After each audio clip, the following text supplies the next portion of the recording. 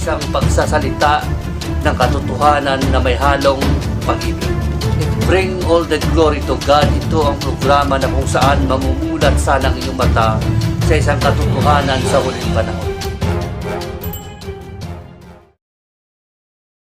Sa lahat ng ating mga taga-subaybay sa channel na ito, maraming salamat at muling-muli nawa ay gabayan kayo ng Panginoon at buksan ang inyong mga isip at puso ng bawat nakikinig para maintindihan natin kung ano at kung gaano kababaw at kalalim ang aral ng Calvinism sa channel na ito.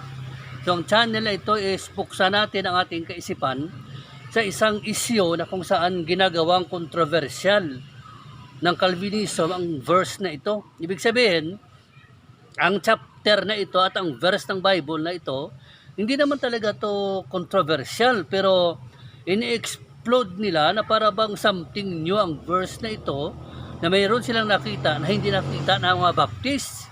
Oh my God! Wow! So lalo nilang ini-expound ang verse na mababaw naman talaga ang verse na ito, ginagawa na nila itong malalim. So ang argument ng Calvinism ganito, ang belief nila ganito, ang Diyos ang nagbibigay ng pagsisisi sa tao. So sa tono na ganyan, ang ibig nilang palabasin ganito, kapag nakarinig ka ng isang Calvinist sa aral ng kanilang Calvinism, na kapag nakarinig ka, sabihin nila na ang Diyos naman kasi ang nagbibigay ng pagsisisi sa tao. So pag narinig mo yan, ang point nila ganito, pag hindi ka binigyan ng pagsisisi ng Diyos sa puso mo, hindi ka magsisisi na yung kasalanan. And then ang tao, kahit anong trying hard niya, hindi niya makamit ang repentance dahil Diyos ang nagbibigay. Pag hindi ka binigyan ni Lord ng repentance, wala ring mangyayari. So, ini-expound nila about sa sovereignty of God, ganyan ang tao, walang free will, walang freedom of choice, mga ganyan. Kasi nga sa tono ng ganyan, pag pinakinggan mo, very logical na parang tama. Pag hindi ka nga naman talaga binigyan ng Diyos ng pagsisisi, bakit ka magsisisi ng kasalanan, di ba? Kasi sabi dyan sa 2 Timothy chapter 2 verse 25, ganito yung nakasulat. If a man therefore purge himself from these, he shall be a vessel unto honor, sanctified, and meet for the master's use, and prepared unto every good work. Flee also youthful lusts, but follow righteousness, faith, charity, peace, with them that call on the Lord out of a pure heart. But foolish and unlearned questions avoid, knowing that they do gender strifes. And the servant of the Lord must not strive, but be gentle unto all men, apt to teach, patient. In meekness instructing those that oppose themselves, if God peradventure will give them repentance to the acknowledging of the truth. So dahil dyan sa verse na yan, sinasabi nila na ang Diyos ang nagbibigay ng pagsisisi sa tao. So ang tao nakakaroon ng repentance, it is because grant ng Panginoon ang repentance sa kanya, binigyan siya ng pagsisisi. Yun ang sabi ng Calvinism.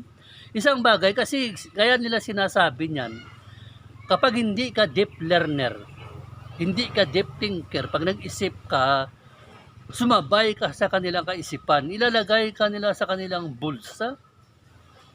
Yan ang problema dito sa kanila kasi one-sided kasi, sabihin ko sa inyong totoo, ang Calvinism theology kasi one-sided. Nakafocus sila dito sa God's sovereignty.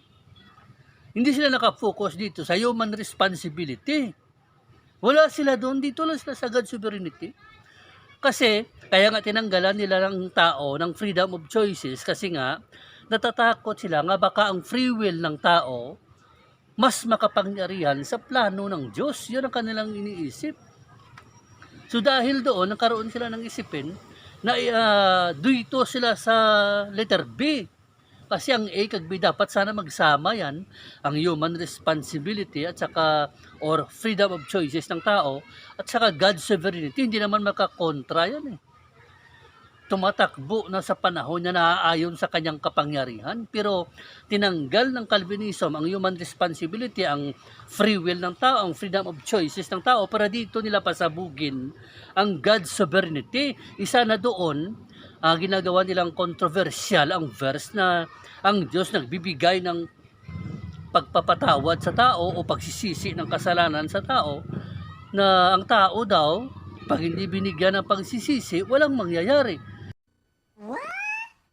Pangalawa, ang point nila dito, pag sinabi nila na ang Diyos nagbibigay lamang ng pagsisisi sa tao, ito yung mga pinili niya sa eternity. Ibig sabihin, halimbawa may crowd dyan, may nag-preach ng gospel, kung mayroon mang nagsisi ng kasalanan dyan, sila ang binigyan ng Panginoon ng pagsisisi ng kasalanan without any condition. And then, sila ang mga pinili sa eternity sa daan ng kaligtasan para sila'y maligtas. Kaya ang nangyayari, makukuha nyo ngayon ang ibig nilang sabihin na kaya pala sila binigyan ng Panginoon ng pagsisisi. Kasi nga, mga elect sila. Kasi nga, hindi naman talagang pagsisisi galing sa tao. Isang bagay ang na-miss nila dito sa 2 Timothy chapter 2 verse 25. May human responsibility dyan. Diba? Pag binasa mo dyan ang verse 25, very clear. If God peradventure, nakasulat dyan eh. If God peradventure will give them repentance to the acknowledging of the truth. Diba? Kaya importante ang salita dyan na peradventure. Kumbaga, anong tawag doon? Baka sakali. Diba nakikipag sa peradventure nga eh. Baka sakali ng Diyos bigyan sila na. Kasi mayroong peradventure. Kasi nga, inihintay yon ang desisyon ng tao under sa influence ng Holy Spirit. Magdesisyon ng tao, dun sa bibigyan ng repentance. Ang binibigyan actually ng repentance ng Diyos dyan, sa 2 Timothy chapter 2 verse 25, yung mga tao na bumaling kay Kristo. Kaya gumamit nga ng peradventure eh. Baka sakali, bigyan sila ng pagsisisi ng kasalanan para ma-acknowledge sila, makilala nila ang malaman nila o makilala nila ang katotohanan, di ba? Makaroon sila ng isipin na ma-determine nila na ito'y mali, ito'y tama, ito ang totoo. Kasi ang repentance, ang pagsisisi ng kasalanan, yung pag-repent mo, daan yun para maliwanagan ang isip mo. Makita mo na ito palang tama. Yan ang ibibigay ni Lord, acknowledge, ma-acknowledge mo isang bagay na kung saan ay igagrant ng Panginoon sa iyong katotohanan. So, ang acknowledging of the truth, makikita mo yan pag magsisisi ka ng kasalanan.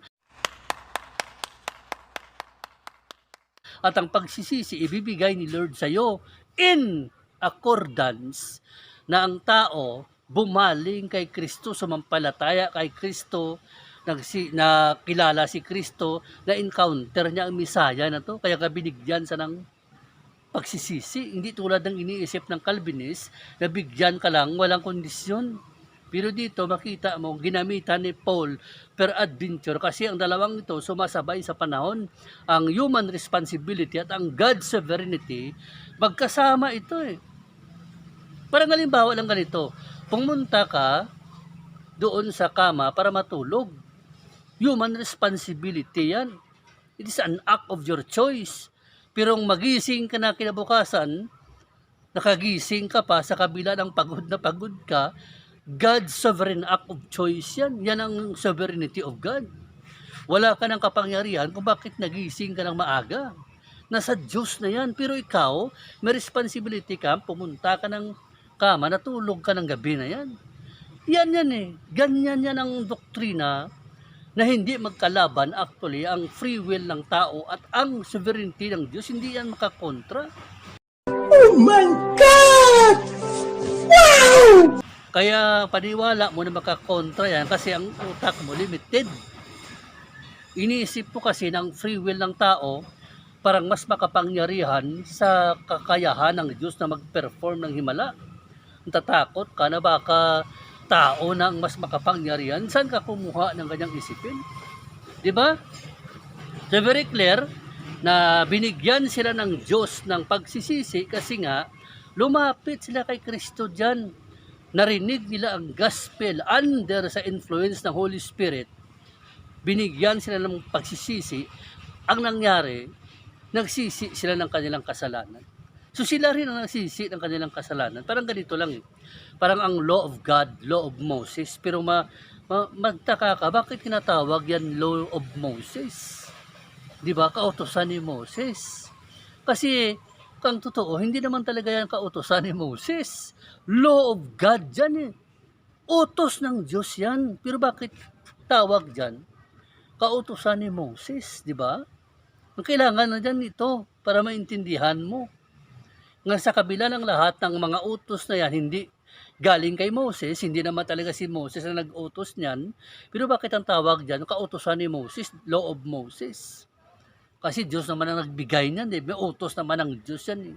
Kailangan dyan ng intellectual capability na marunong ka mag-aral ng Bible. So bakit sila binigyan ng Diyos ng pagsisisi? Kasi nga, bumaling na sila kay Kristo. Nakilala nila ang Kristo na kapagligtas, may nag-preach sa kanila ng gospel. So, grant ng Panginoon, binigyan sila ng pagsisisi. Kaya nagsisi sila ng kasalanan. And then after that, na-clear lahat, nakilala nilang totoo. Importante malinis ang pagkatao ng isang tao under sa paggamit ng Holy Spirit para makilala mong katotohanan. So maraming salamat mga kapatid sa ating sa channel na ito, at huwag kayo makalimot na i-share o mag-subscribe kayo sa channel na ito. Panoorin nyo muna 1 minute bago kayo mag-subscribe para hindi matanggal ni YouTube ang inyong, hindi kayo ma-spam stricto si YouTube ngayon. Maraming salamat. To God be the glory alone.